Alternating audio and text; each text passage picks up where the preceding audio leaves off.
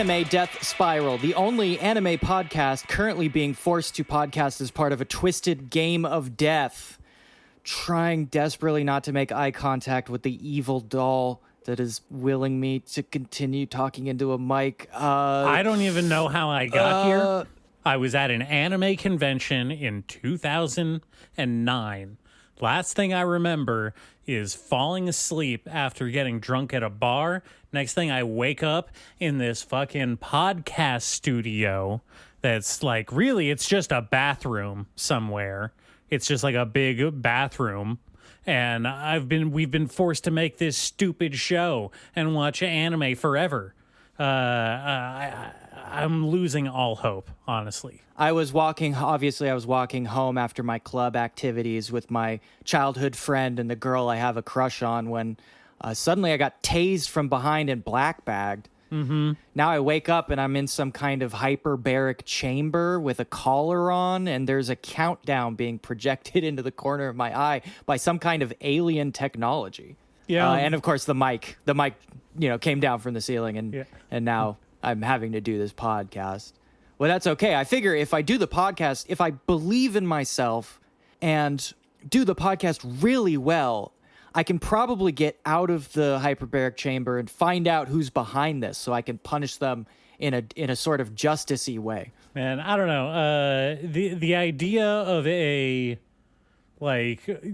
post-apocalyptic cyberpunk future where AI kidnaps people to force them into creating bad podcasts in which to train new AI off of. You're describing I have no mouth and I must scream. That is what that story's about. Yeah, that'd be more like the setup to that story. But yeah, kind of same vein. Oh man, you know what? For all of our issues, at least our dog shit opinions are 100% human, and we can verify that. I'm currently there's a 10-second timer prodding me to begin the anime discussion, so I'm just gonna dive in and say, Nate, have you watched what is it called? Anime. Anime. The word you're looking for is anime. Oh, thank God. Yes. Have you watched any? We need to talk about it. Of course, because of our robot overlord's decree. Yes, of course, I watched some anime this week. Don't acknowledge them too much. Yeah. I decided that it is... I made a decision that it is still anime summer 2026. Somehow. And there are still shows out there. Somehow it's that still I have not watched. Yeah, it's still summer 2026 anime. Summer 2026 still there. I'm mostly watching Mao from last season, but it's good. It's fun. I decided there are still shows that I should give my attention to. As an impartial reviewer of anime, what I strive to be. I've got to give everything its fair shake. So I decided, Yuri, the last couple of years, it's been big. People love Yuri. Oh my God, it's so big. It's so huge. We love it. And when it's toxic, oh my God. Oh my God. You legitimately love that toxic Yuri shit. You don't try and lampshade it here. Who doesn't? It's great. It's the second best genre of manga. I don't know. So I watched, I believe the title is I'll Love You Till Your Dying Days, which is an awful title. Hate that. These titles keep getting worse and worse. I don't know what the Japanese title is or if that is like a literal translation, but I don't know. It feels very clunky. And this is the, I don't know. I guess we'll get into what constitutes toxic Yuri, but I'm going to say this is the toxic Yuri child soldier Harry Potter anime. It is about a fantasy world that is like kind of like faux, I don't know, Napoleonic, I guess would be like setting. the closest kind of like comparison. Wait, and what? Really? yeah, yes. I would not have guessed that ever. Yeah, there's like flintlocks and stuff. Wow. Like guns exist. Guns exist. Guns exist, but in addition, magic exists. And this is a world where, at least in this specific part of this world, it is so war-torn and has been for so long that their entire society is built around the operation of these different schools. It's like it's a magic school where they recruit war orphans and teach them to be war wizards. War wizards. So, and they send them off to go create more war orphans, right? And sure, of course. I guess the first consolation this show asks you to take up front is that it just acknowledges that magic exists. Everybody can do it. Like it says, everybody has at least a little bit of magic aptitude and can do a little bit of magic.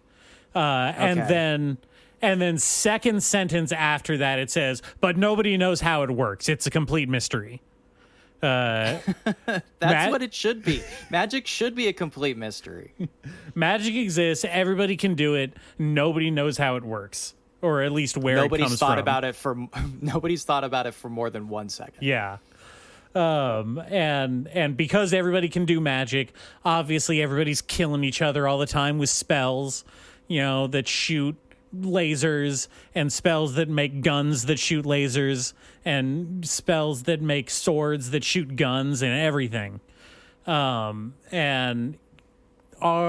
we have like a main character who is your, archetypal fish out of water, main character for the magic school kind of like subtype of anime. She's clumsy, isn't very good at most subjects, but has like one thing that she super excels at. And she's not like unlikable, but she's also not very popular because she's so clumsy and airheaded sometimes. That and the fact that like, here's the real thing is that she like doesn't like killing that much, which is super weird. Everyone agrees that that's like super crazy. Weird. Yeah. That's really weird. She's like super not into the whole killing aspect. And what a strange person. I know. And she gets like super sad in the first episode when like very first thing that happens, like this is our introduction to her character, is her in class and the teacher announcing to everybody that her roommate like got fucking murked in battle last night when they were on patrol. What? Yeah. Holy shit. Yeah. And she's like, all right, you get the rest of the afternoon off, to grieve or whatever. Also, clean out all of her stuff. It has to be gone by the end of the day because she's dead now. And then we'll have a funeral tomorrow. Which also they reveal, very weird, at the funerals, they don't do funerals with bodies because all of the war orphan child soldiers have built-in spells put on them that explode their bodies when they die. Why? So that they don't leave evidence behind and that so the enemy can't get in. The exact wording is so they can't gather intelligence from the bodies. What intelligence would be left on a grunt's body? I don't know. Again, they're what wizards. What are they talking about? They're not just grunts. Everybody's a wizard. You have to take that into account. Yeah, but you also said none of them know how magic works, so who cares? Yeah, but they can still do it. They just don't know where it like comes from, I guess. They just like they just kind of innately understand that there is energy in the world that can be manipulated. And they've made schools to teach how to manipulate that energy, but they don't know where it comes from. It's just a very strange particular detail that seems like they could have gone in any other. Oh no, man, the body was unrecoverable. It was just so messed up. Mm-hmm. She turned into pink mist. Oh no. Why have this innate innate self-destruct button on all the grunts in this war? What could possibly... That's such a bizarre detail. I know. It's very weird. So I guess the crux of the plot for this series is after her roommate dies, she's like sad about it. And so she goes out after curfew to go get a midnight snack from the kitchen because, you know, she didn't eat dinner or whatever. She was hungry. And on her way back from that, she encounters another young woman, presumably someone younger than her. The main character is like probably, I think, supposed to be 14 or 15. And she encounters like a young girl, like a 10-year-old who's like covered in blood. And she's like, what the fuck, dude? Why are you covered in blood? Are you injured? And the kid's like, oh, no, don't worry about it. This isn't my blood. Like, are you cool? Are we cool? No, it's cool. It's not my blood. Yeah. The classic. Yep. The classic. And obviously this freaks her out. She's like, what the fuck? And she runs back to her room. She's like, wow, that was a weird thing. And then next morning, classic episode 1 cliffhanger. At the beginning of class, at the beginning of murder class in the morning of murder magic school. Hell yeah. The teacher's like, oh, by the way, you got a new roommate. It's this chick who is the same one that she saw covered in blood the night before. Naturally. Yes. So that's all I've watched so far. It does... So on their first meeting, when she's like all, you know, covered in blood, it makes some kind of allusions to them sharing, I don't know what you want to call it, but some kind of innate connection to each other. And because people keep describing... We call that nationalism. Yeah. Because people keep describing this as a yuri like romance show, I'm assuming that these two characters have some kind of romance that develops later on. I don't think that I'm going to get that far because I'm gonna be honest, I'm very put off by the general premise of basing your yuri romance around like child murder soldiers and they get like really graphic with it.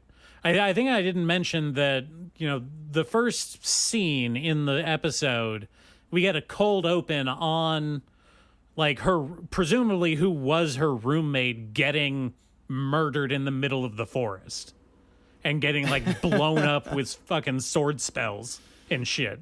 Yeah. Erased. Yeah, absolutely erased. So it's setting a very specific tone, and then also, you know, doubling back when it's like doing the cute girls doing cute shit, like kind of vibe, which is also what it's trying to do. I find that dichotomy to be very off-putting. I don't know what connection it's trying to elicit from me between those two, like, emotional vibes, but I'm not picking up on it. It seems a bit crass if I had to put them together in any meaningful way or interpretation. I mean, I understand it, I think, mechanically. You know, this is, I guess in Japan they call this the suspension bridge effect, but it is essentially the same thing as, like, trauma bonding. Yeah, yes. I'm familiar. Like, you put girls in a life or death situation, and it becomes the easiest possible pretext for them to develop emotions for each other, right? Yes. So in that way, mechanically, I do understand why you would do that. It, again, much like the self-destruct button, I think maybe we've included too many weird details that kind of overshadow everything else that I'm getting hung up on here. I'm sure that they all have explanations that come up at some point, but you and I both know at this point that it's all just like anime jargon. Like, they just make up some bullshit about the whatever nation that does things this way over there, and that's why their magic is different or whatever, right? You know, it's all just stupid bullshit. I don't think the answers matter. It's all just stupid bullshit. It's all just, Who hey, cares? we gave away the bag with this one. Sorry, everybody. Anime is just stupid bullshit. Stop paying shit, when attention. it's just stupid bullshit. That one reminds me actually very, in a roundabout way, it reminds me a lot of one I read a long time ago called Akuma no Riddle. I guess The Devil's Riddle. the Devil's Riddle. I guess I speak Japanese now. I know. It's a story about, and they've kind of redone this a few times, like even recently in a more standard setup way, which I think is interesting. It's a story about a child assassin gets assigned to protect a girl in a private academy. But when she gets to the academy, she quickly learns that every other student who is not the protection target is also an assassin trying to kill this girl. What are the odds? Pretty crazy. And, it's like a boarding school, too. So it's like 24/7, right? And, of course, because of the so-called suspension bridge effect, they develop feelings for each other. But it is absolutely that idea, but taken to the logical extreme wherein the trauma bonding immediately becomes insane toxic yuri, and then eventually evolves to just like the most like left field possible fantasy bullshit that maybe soured me a little bit. But it does include a great shot where this girl just is like, something really bad happens and this girl's like, well, I guess I'm eating this gun. And somebody has to run over and pull it out of her mouth, which I think is very funny. It's very good.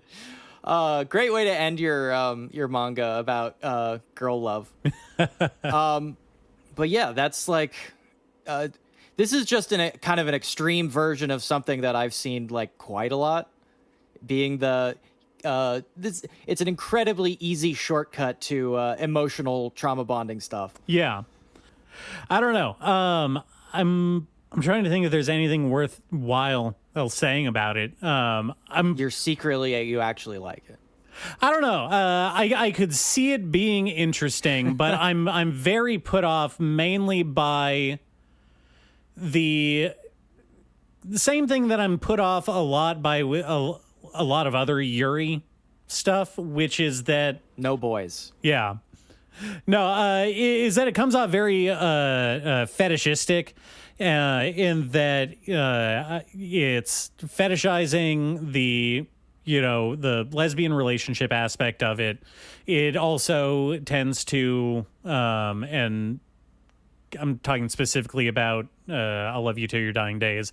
It's very much got like that creepy fetishistic feeling towards the fact that these are all like young girls. You know what I mean?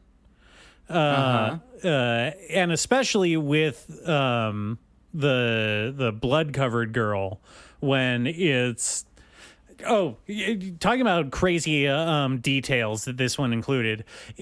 At the beginning of the episode, it lays out that the entire school hierarchy is strictly divided by age groups, in that one grade is everybody is one age, except for crazy blood-covered girl who is noted as exceptional for being like what appears to be a 10 or 11-year-old stuck in with the 14-year-old class. So it's creepy in that aspect, in that it is very much setting up a voyeuristic kind of view of the romance between these characters right off the bat.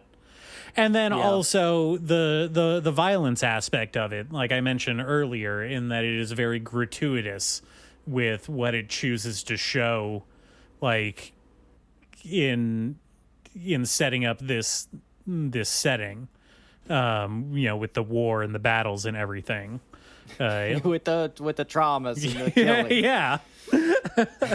So I don't know. It's giving me bad vibes, and I'm seeing a lot of people. It's giving me bad vibes, and I'm seeing a lot of people. This thing is putting out bad vibes. the child murder show. Yeah. So yeah, I don't know. Definitely not gonna watch, but it made me start thinking about something that is prevalent in a lot of anime that we watch, and that is like, it's weird when you think about it how many anime have or just are about the concept of child soldiers, right? Yeah. Of course. I mean, we have been talking about this, so that's why I kept bringing it up over and over again. Is like, we cannot stop talking about how much this shit is just baked into like every aspect of, mostly, to be fair, mostly like shonen stuff. Mm-hmm. And I feel like there's obviously when we're trying to discuss this in terms of genre and tropes, there's going to be a lot of bleed over and gray areas. Like, at what point does a child shonen protagonist turn just from a generic fighter? Like, I personally wouldn't describe Goku in Dragon Ball as a child soldier, right? Would you? I mean, he does fight in a galactic war as a child. I mean, he's a free agent, though. I guess Gohan really does it. When Goku is a kid, Goku is a kid, he's just kind of wandering around beating people up. Yeah. Gohan is the one who is immediately forced into multiple galactic you're wars. thinking of Dragon Ball Z with Gohan, and he has to deal with all of his dad's bullshit. Vegeta fought in Galactic Wars as a kid.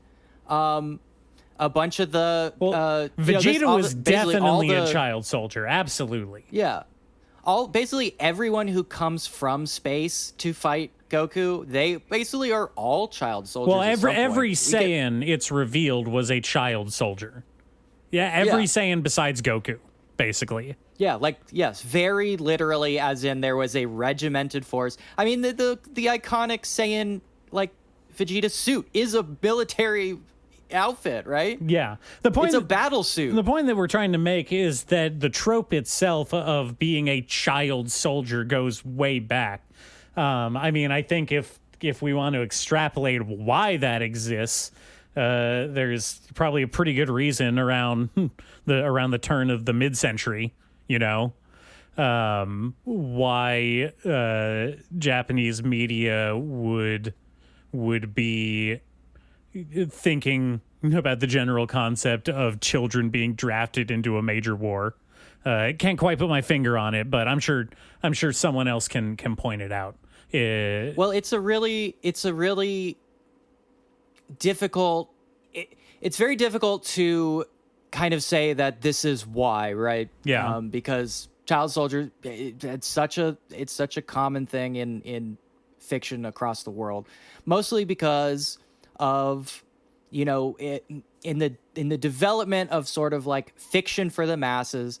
Even going back to the 18th century, there were a lot of people. I mean, you mentioned the Napoleonic War, right? Yeah. There were a lot of like fictional, semi-fictional stories that valorized like people going into war, becoming an officer as like a lifestyle that is noble, heroic, and lucrative. And in a lot of ways, that's what the Three Musketeers is, right? D'Artagnan heads to Paris to become a soldier for the king because that's a kick-ass job. That fucking rules. And he doesn't really have any other prospects because he's just a poor little orphan boy. Yeah.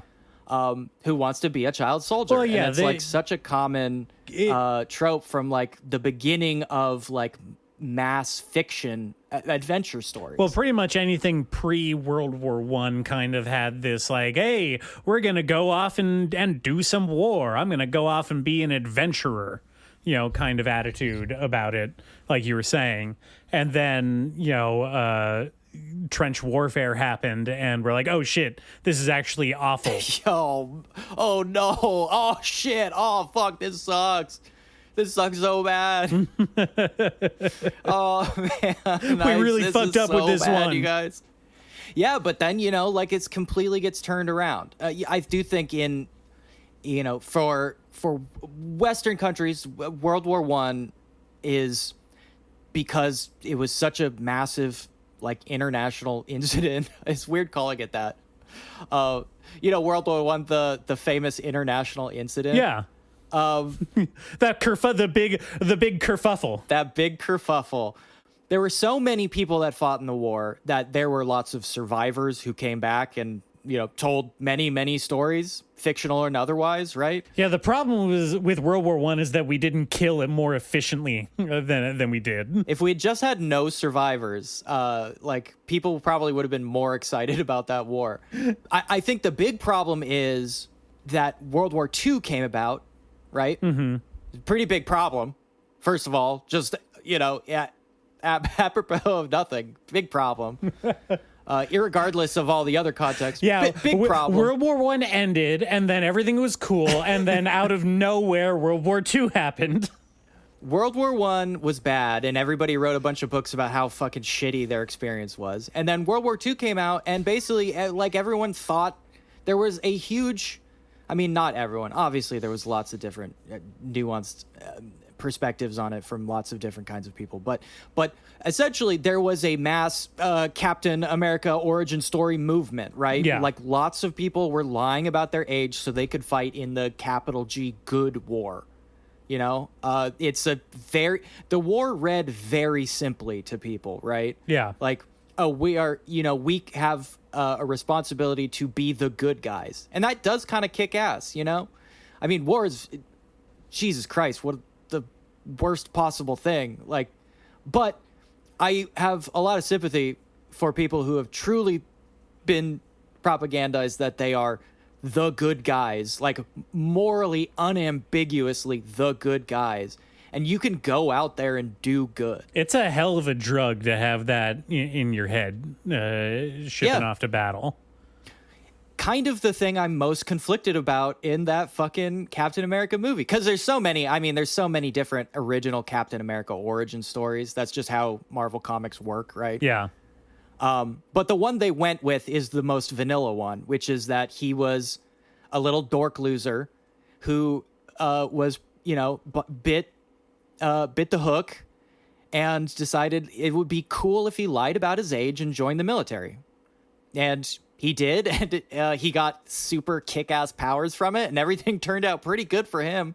Yeah, no, he became like the coolest guy. I'd say it turned out pretty great for him. He got upper end of the stick in terms of how World War II turned out for soldiers. He definitely didn't die in the mud on a beach somewhere. Yeah, man, that's best possible experience you could have. Hey, I don't know what everyone's talking about. World War II is pretty great for me. That was cool as hell. And then he gets so lucky because, right, he also gets frozen through all the other wars that are like a little more problematic. Yeah, that's the thing, though, is that he gets to skip out on Korea and Vietnam. Suddenly he comes back in the 80s like, hey, guys, what's going on? Oh, Cambodia? Yeah, oh, exactly. Fuck. He doesn't have to do the Watchmen, basically. Yeah. That's what we're saying. Mm-hmm.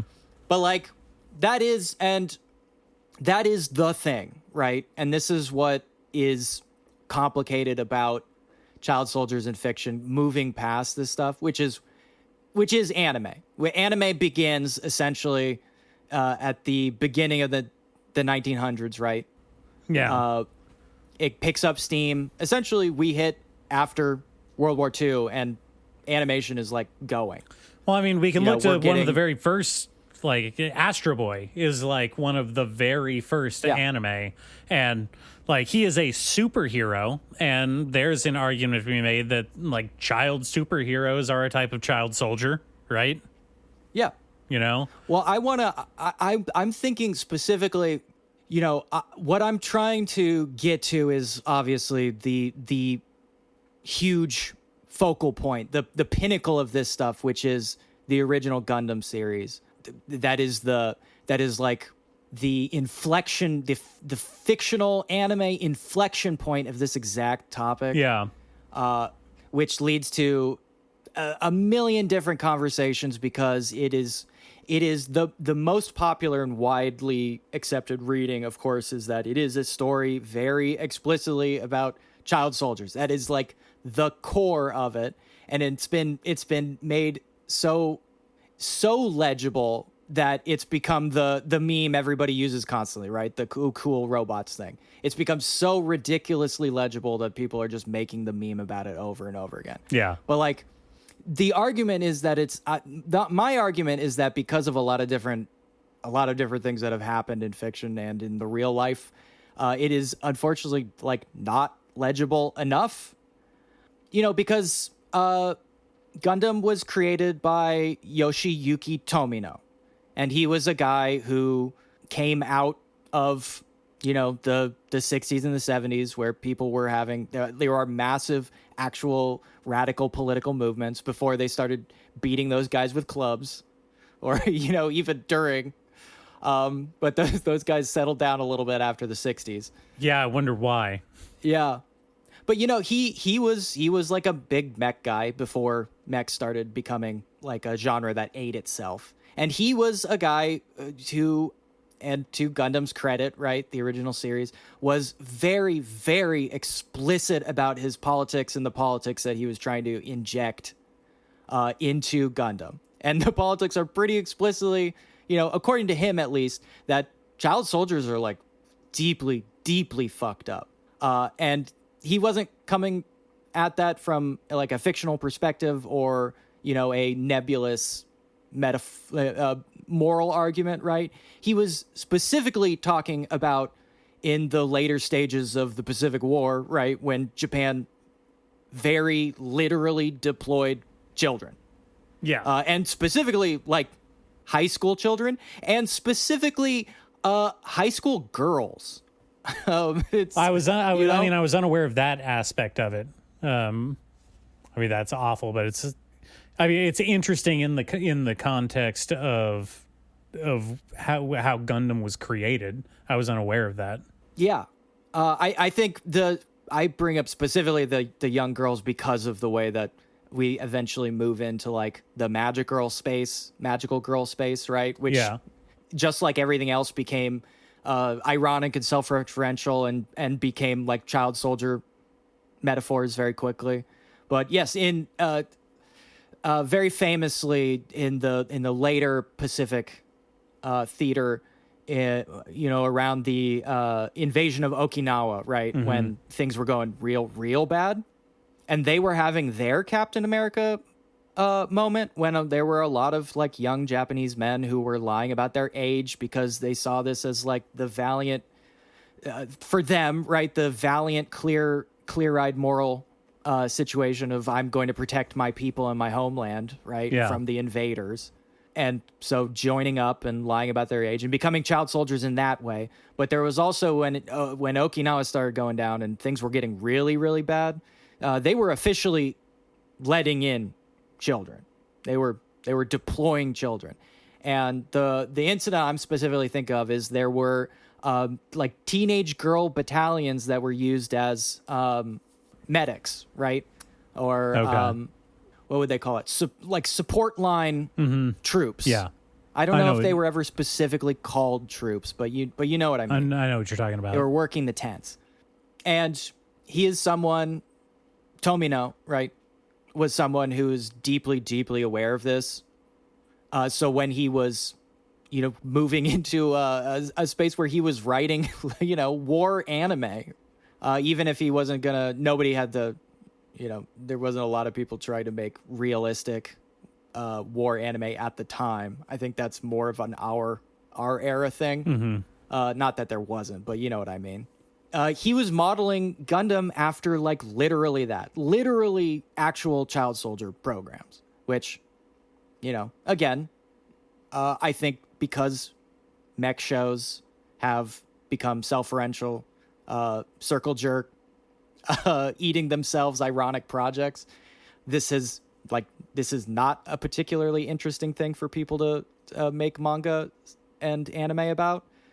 But he's very clear. Like the story of Gundam and the story of Amuro Ray is like what kind of fucked up society would use children to fight their battles?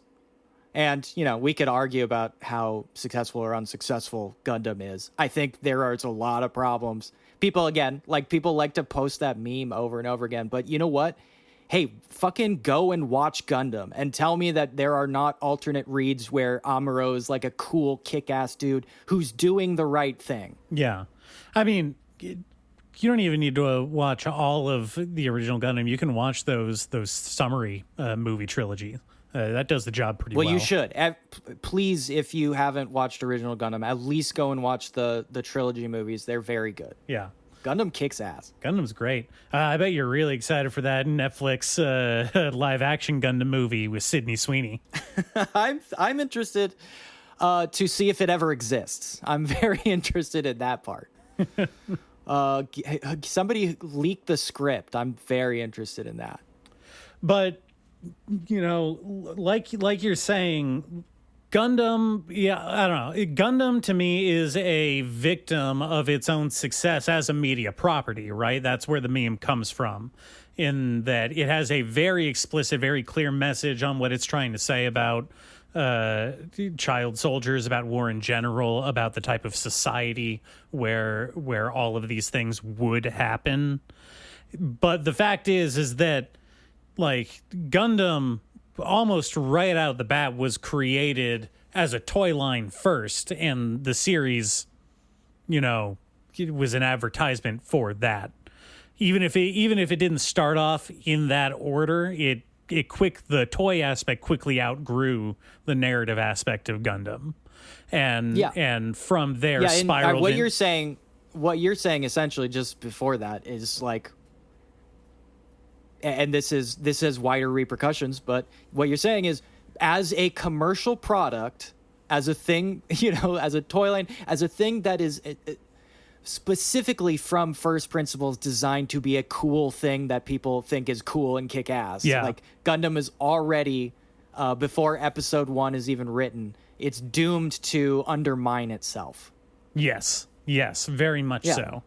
And with that in mind, it's spun off into so many different things, and Gundam is so big and so pervasive in anime culture that it has itself, like, not even the message of Gundam, the true message, but the idea of what makes Gundam appealing as a property has permeated anime, like, completely, and it colors how all of these other characters in all of their stories get portrayed. Specifically in, it loses the war is hell aspect and says, hey, wouldn't it be cool if Teenager had giant robot or ghost powers or special laser sword, whatever you want. Or a hot chick who was also your robot computer. Exactly. What if all of the cool things about this and none of the actual, like, you know, darker kind of hard to tackle implications of it, and that is where I think a lot of this comes in, and it's been going on so long that, bringing it back to I'll Love You Till Your Dying Days, we've gotten to a point in anime where it's like almost doubling back on itself. The Ouroboros has gone around so much that now we're back to saying, like, hey, I know child soldiers are cool and all, but, like, what if war was bad? Like, what if war was bad in these stories, guys? Or, like, what if war was bad, but, like, the main character kind of liked war? Yeah. And, like, what would that mean? What does that mean morally? What if the main character was actually, like, really kick-ass and cool at being, like, a war guy? I'm thinking of this in terms of, I think, first of all, what starting with Gundam means to me is, like, stories that are explicitly about that. Because part of what we've been talking about a lot, especially recently with a lot of the shonen manga, and by recently, unfortunately, I mean 10 years, the last 10 years of anime. Yeah, geographically recently. Is the shift not necessarily away from, because, like, this is a this is a show from this season, but like a lot of the shows doing now federal cops, kid cops. But like before this and in the Gundam era, right, they are explicitly no argument can be made child soldiers. Yeah. And I guess the pushback I wanted to talk about, I think, is what is interesting is actually literally the meme, because it is constantly framed as like, this Gundam is obviously about like, what if war is hell? So only stupid people could look at it and be like, the robot is cool, right? That is explicit. That is the read of the meme. Yeah. Like that's what it is saying. But I want to push back against that because like, no, you are not stupid or misinformed or reading it wrong, because the message of Gundam is war is hell, but it is also that fucking Gundams are cool and kick ass. That's what I was saying earlier about it undermining itself, you know? Exactly. That's the framing I'm coming from here, right? Is that the person who is stupid in the meme is not necessarily stupid. They are also making a clear-eyed reading of all these fucking anime. Yeah, well, people forget that, you know, it's like you just said, the meme is going two ways. Is war is bad, but also robot is cool.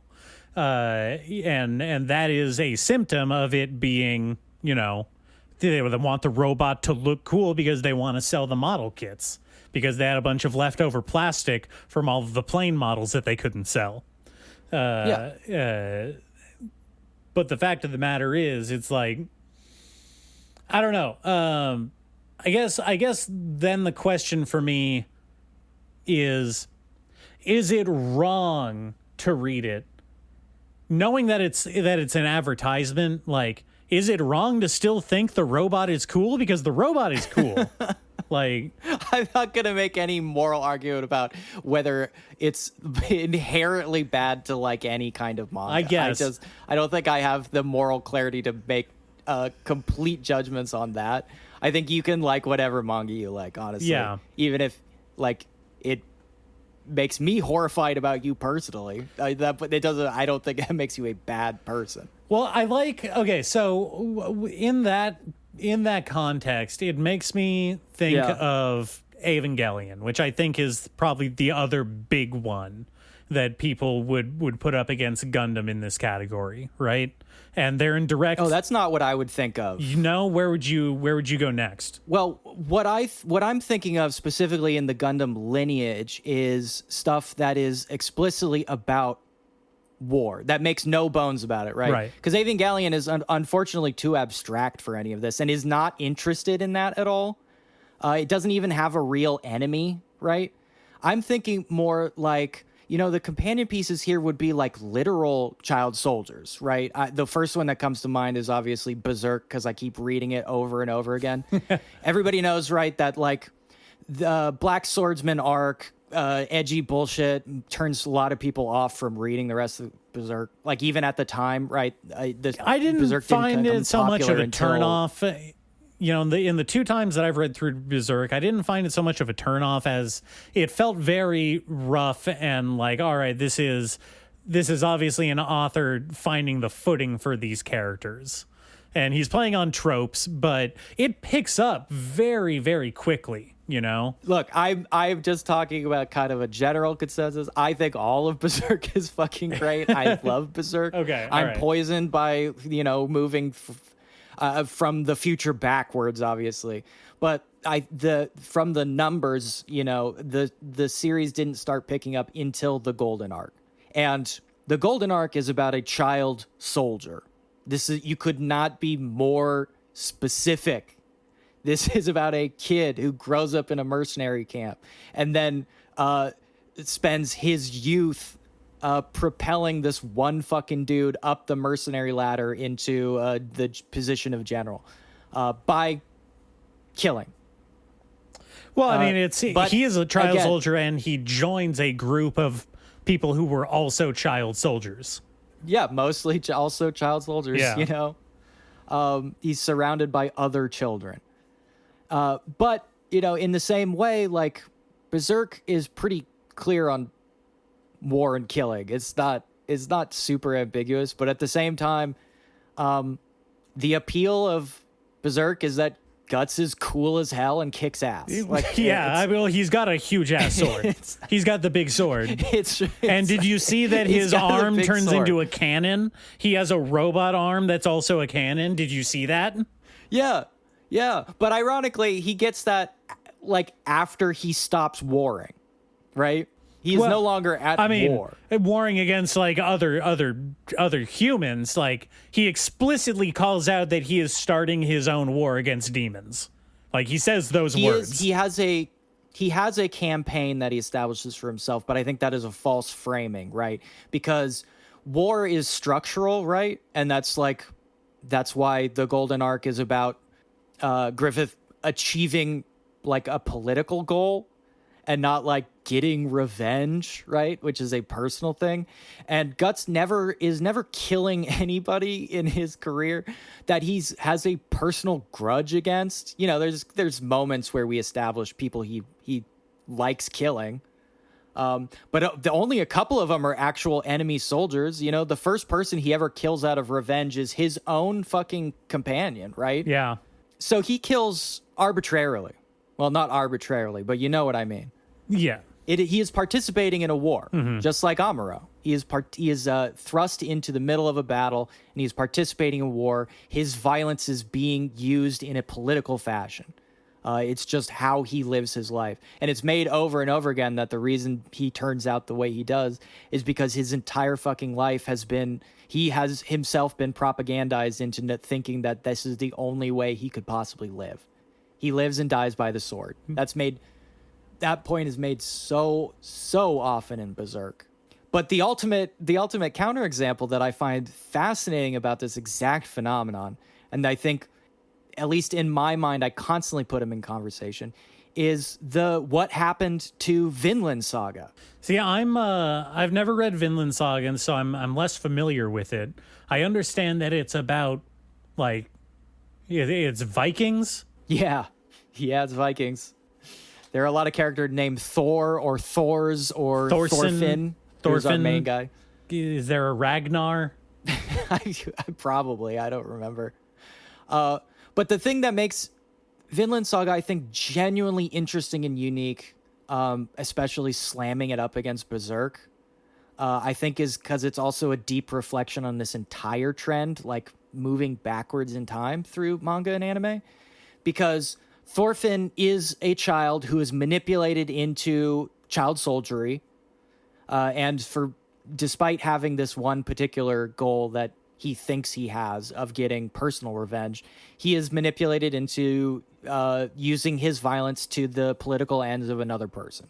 He is simply another sword in a giant sword, I don't know, sword bundle, sword pile.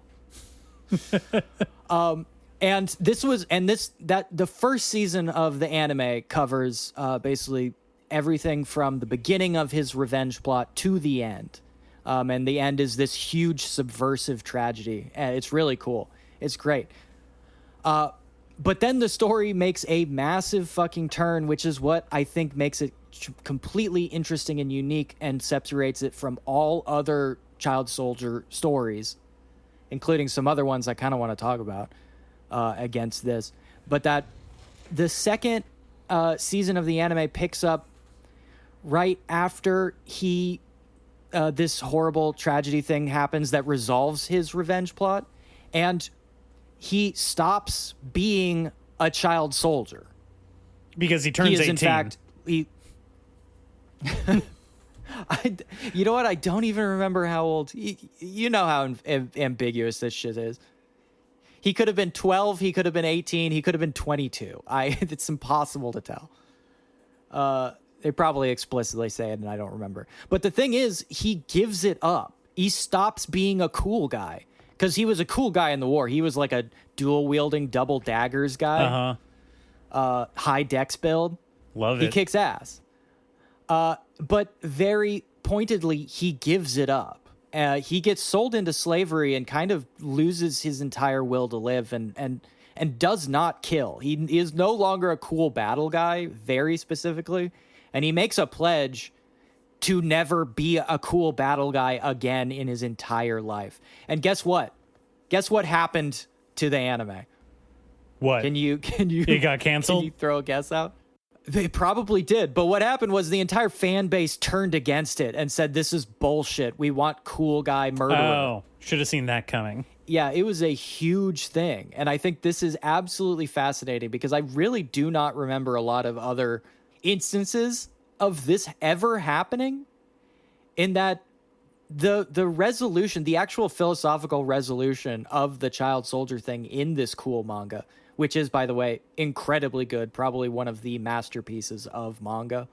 But it is that killing is wrong, and the main character, the lesson he learns is that you have to stop doing that to find life. Like you have to move, which is something Berserk never could. No. Like, hey, let's be real. Berserk could never find its way there. Well, okay, when you lay it out like that, I think then it's fun to compare it, because the same thing happened, basically, to my understanding, at the end of Attack on Titan, where you have the series with, what's his fucking name again? The Attack on Titan guy? Aaron? Yeah, Aaron Yeager, right. Yeager. Oh, fuck, I forgot. Yeah. That's funny to me every time. You know, you have this story of him throughout the series building up from being a victim to a child soldier to, like, a cool guy to an explicitly, like, I don't even know what you want to call it, like Neo Matrix kind of like, wow, this guy, he's the best. He can see through everything, and he's like the best strategist. Wait, can he fly? No, he gets to turn into a Titan at some point, remember? Oh yeah, I guess so. And he does have those grappling hooks. Yeah. And he has the grappling hooks. Yeah. And explicitly at the end of the series, he more or less turns to the audience on page and says, wow, actually, I fucked up. I killed so many people that I didn't need to, because I thought it would have been like the cool guy thing to do, but it was wrong. That was really dumb of me. I fucked everything up. I am such a loser. Don't be like me. Like, I am just the fucking worst. And same thing. People hated the ending, or at least a very loud subgroup of people really hated the ending. Yeah. Like, no, that's not what he's like. The cool guy, he's a master strategist. Like, I can't believe it. What do you mean his plan didn't work? Mind you, this is after the character commits a global genocide of 80% of the world population. Yeah, he does Thanos. He does a Thanos. And then immediately is like, oh, I shouldn't have done that. That was dumb. That was a dumb bad guy thing to do, and I shouldn't have done that. I fucking did Thanos and it was bad. I did a Thanos and it was bad, and I'm telling you, the audience, that it is a bad thing to do a Thanos, and people did not like that. Yeah, I bet not. Mm-hmm. Because they want... At the very least, they want to be like, the violence was moral. Yes. You know, at least there was, even if it turned out wrong, we want to believe that the violence was like something that was done out of goodness. And here is, bringing it back to Gundam, the violence, like when viewing anime through this lens, when viewing shonen specifically, and mecha even more specifically, when shown through the lens, the violence is moral if the robot looks cool. Like, the war is... The violence? The war is just if the robot is cool enough. I think it's not just that, because, you know, I think people thought Aaron Yeager. Yeah, Aaron Yeager. Oh, yeah, Aaron Yeager? I know that guy. You got any more Yeager? Eager. You gotta stop. We gotta stop. Something's wrong with Eager. The violence can't just be cool, because we do have like an instinctual feeling when people use violence in the wrong way. I mean, like, we can't avoid it. That's why Kick the Dog exists, right? Yeah. You cannot have a main character who is a good guy who uses violence in the right way kill like an innocent dog who has nothing to do with anybody. You can't do that and fundamentally change the way that the audience feels. And they would be mad if I don't know, if Amuro Ray stomped a fucking puppy mill, you know? That would make people mad. A bit extreme, but okay, yeah, sure. And like, here's another example that I think is really interesting, because this plays into another very explicitly like child soldier story, much like Amuro, in the original Gundam. It's a story that is featuring child soldiers and is about child soldiering, and it is specifically about how child soldiering is bad and wrong and really fucks you up. I've talked about it before. Shimazaki in the Promised Land. Do you remember this one? Oh, yeah, you've talked about this. And I've also brought up, previously in reference to this one, that it's very similar in tone to Now and Then, Here and There, which is... Yes. Which is also very much a story explicitly about... It's an isekai, explicitly about child soldiers.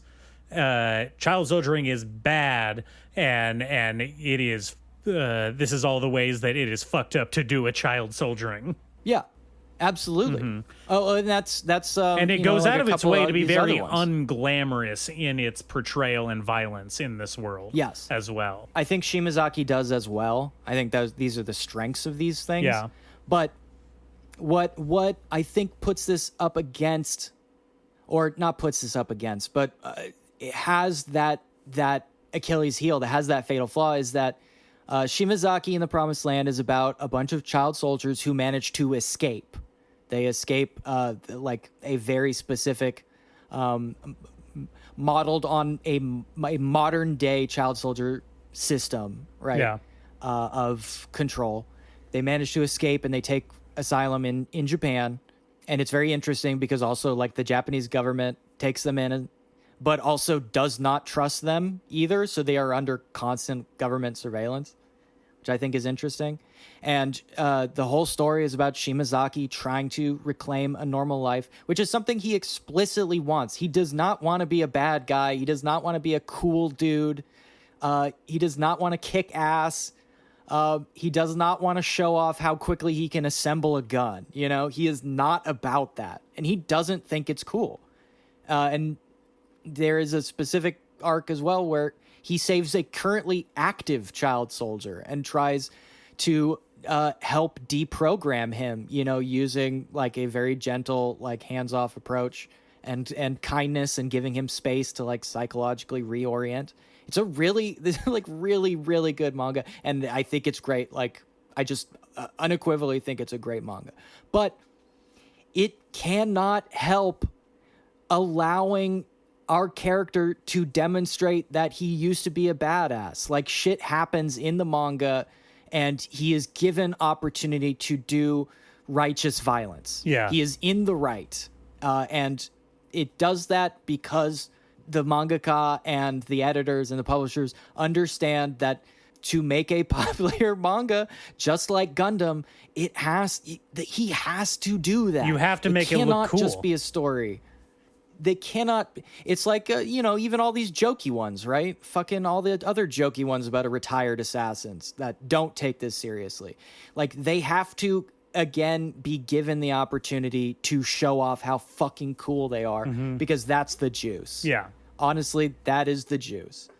And it's like, that part makes me, it makes me sad. And like, that is the ultimate failure of like this entire genre being seeded from not a Gundam seed, unintentional, being seeded from Gundam, like ultimately, like all of this stuff kind of flowing downstream. And like, I'm just talking about this. I mean, we've mostly just been talking about the very explicit like manga and anime about literal child soldiers without even getting into the modern adaptation of child cops. Yes. Which are child soldiers. They're just child soldiers.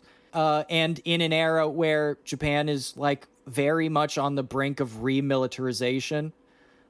We are being introduced to quote unquote federal cops, not government militias, right? Not soldiers, not soldiers, real, actual but soldiers. Extensions of the like public safety department or whatever kind of Orwellian term you wanna come up for in the situation. Still a government source that is allowed to wield violence and weaponry on for the state to achieve specific political goals. Yes, not a military.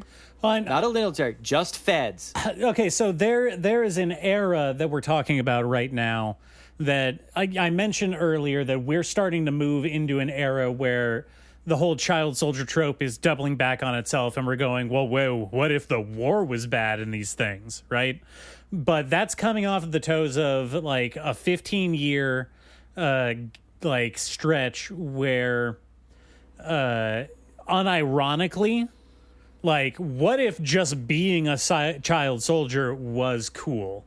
And that gets abstracted in a lot of things, in a lot of ways, that eventually kind of, like, settles on the child, like, cop trope that, we can get into more. But I'm thinking there's, like, a specific set of shonen anime that are about a variety of child soldier types where it is unironically presented as just like, yeah, this is a cool thing to have your like society set up around. I'm thinking of Naruto, which is explicitly about societies who function around training children into being child soldiers and then regular soldiers.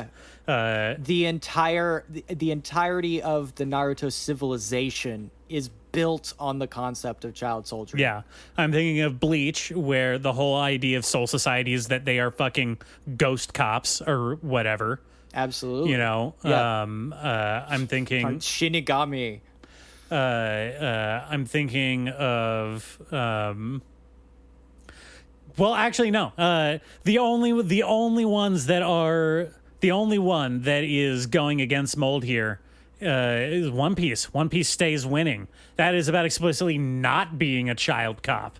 Love that. Though that one kid does become a child that cop. One kid does become a child cop, and he's like pretty okay with it. Yeah, but Luffy is the coolest guy in the entire fucking world, and he is specifically like anarchist as fuck. Yeah.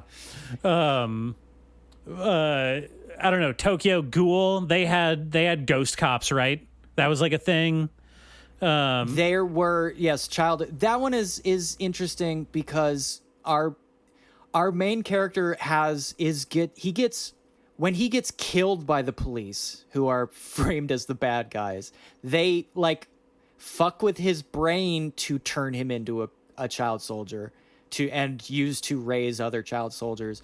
And it is framed as an explicitly good and awesome thing when he stops being a cop, which is, I'm not going to say they do it perfectly as if there's like great politics involved in that specific arc, but like it is interesting to think about. Yeah.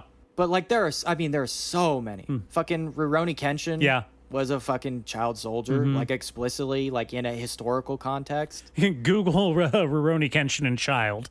You'll find what we're talking about. Let's please don't do that. It's basically every fucking Gundam series, even the ones that do this right and do it wrong, are all about this shit. I just ripped a bunch of DVDs for Gunslinger Girl, which is literally exactly about this shit. Oh, well, Child Assassins, that's like a whole thing. Assassins are explicitly soldiers. They are a type of soldier. There's no getting around that. Yeah. My Hero Academia is about licensing children to become super cops. Yep. Mm-hmm. Even Spy Family portrays like child soldiering as like kind of good.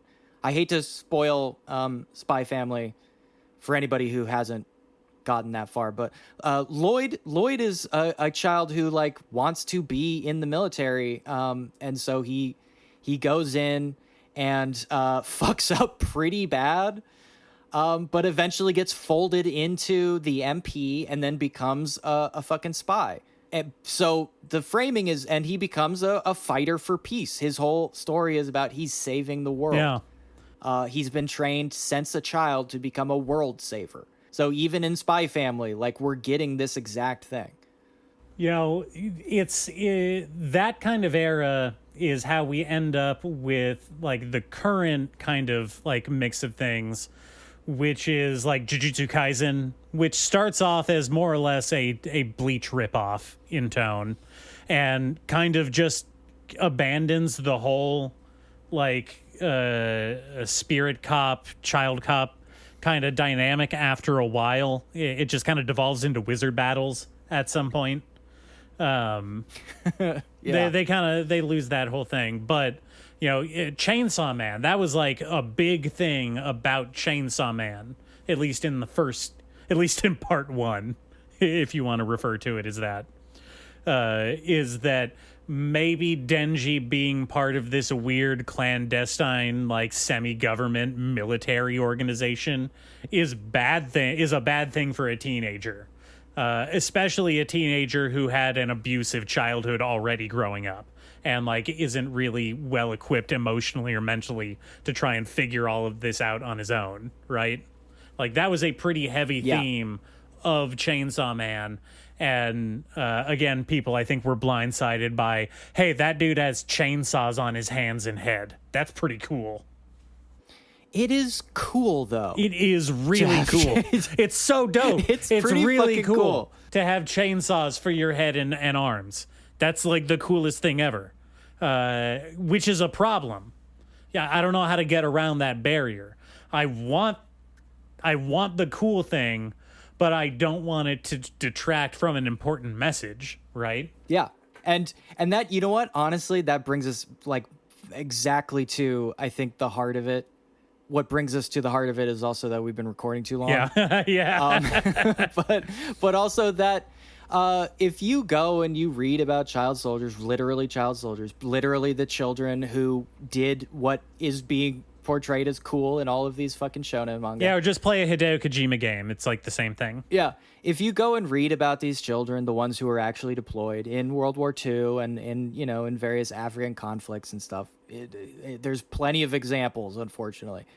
That is, like, the most disgusting, heartrending, evil shit you could ever expose yourself to. It is soul crushing. There is, at no point does anybody come out of that looking cool and badass. This shit is stomach churning and kind of soul killing. And, fiction is a space to explore ideas in ways that, are not okay in real life. Obviously, that's, like, one of the purposes of fiction. But it is also, like, a part of it, of, responsibly reading and watching things, is to think about them and think about why this stuff, think about what is being given to you and how it's being presented. And, the amount of effort it takes to transform a 13-year-old killing someone into a dope-ass cool thing is a great example of how fiction is brain melting. It interfaces with your brain and changes your chemistry in ways that, like, real life could never have done. Maybe the only takeaway I can come up with in the space of an hour and a half, but I think it is interesting to think about. Now, I know that our listeners don't usually come here to listen to us moralize at them, Remy. I don't think that's moralized. Let me make it clear. I'm not trying to moralize at anyone. I am just trying to recommend a lens through which you can do all of the disgusting, stupid shit you love to do, you little sloppy piggies. Oh, okay. All right. Okay. Has nothing to do with moralizing. All right. Well, I think that we've gone well over time at this point. Beautiful, tall, handsome listeners. Thank you for once again putting up with us as we do another rant episode about a specific topic. I don't know. I have fun with these ones. I like kind of focusing in, doing a more broad conversation on one thing. Let us know. We can talk more like this. Leave a comment or we can go back to reviewing slop week by week. You know what? I could not possibly care either way. We'll do whatever. We'll do it. Unfortunately, we will do whatever. Yeah. But it is funny to take requests, I guess. Okay. Doesn't make me laugh. All right. Before we debase ourselves further, until next week, bye.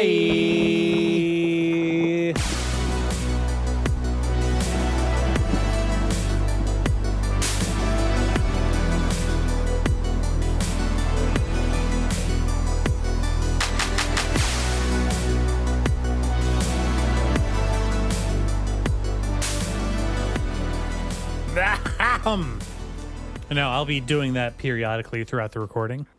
Yes, I know. I am aware.